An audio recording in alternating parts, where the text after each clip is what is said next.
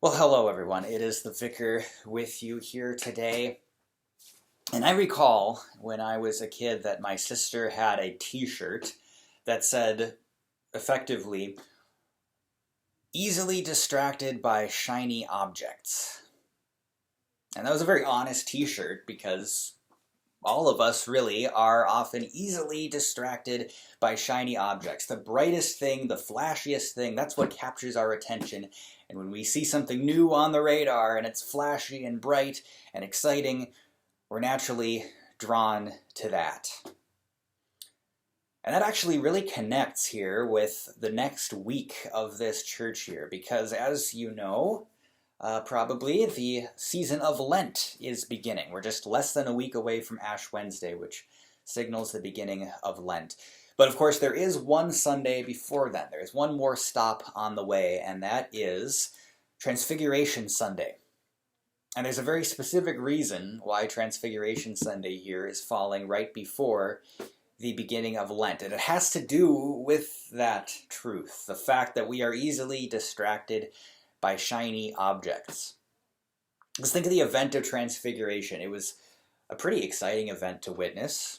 Maybe a little bit scary, definitely a lot scary. Peter, James, and John were three of Jesus' disciples who got to see Jesus' Transfiguration, where he was bright and shiny, brighter than the sun, whiter than snow, and he shone, proving that he was God. A voice came from heaven. This was shiny Jesus. This captured the disciples' attention. But the connection with the beginning of Lent and why it's a really fitting text to hear right before Lent has to do with the end of the account. We're going to hear the account from the Gospel of Matthew this Sunday.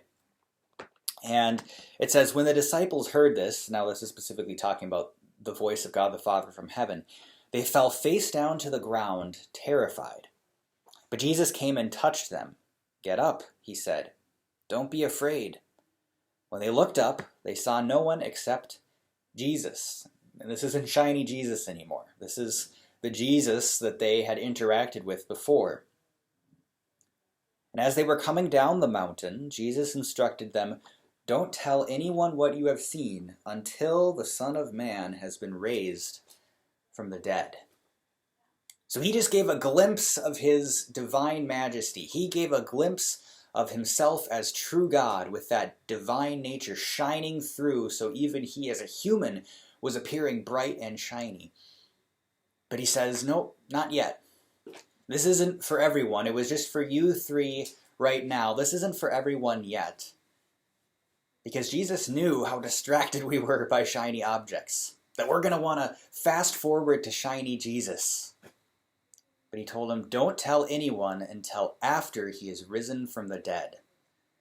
That before they got shiny Jesus, they were going to have the Jesus who looked exactly like you and me.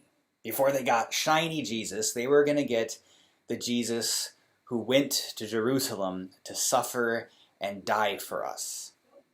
And that's the Jesus we get first.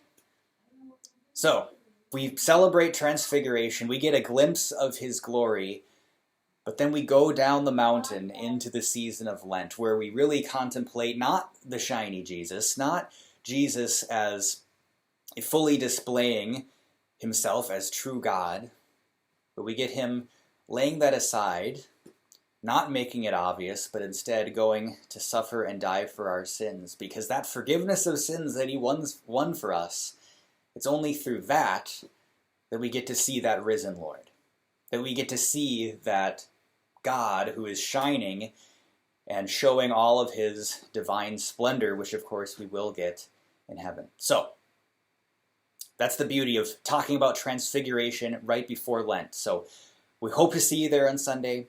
We hope to see you for our 6:30 service on Ash Wednesday, and that's after our first Lenten supper.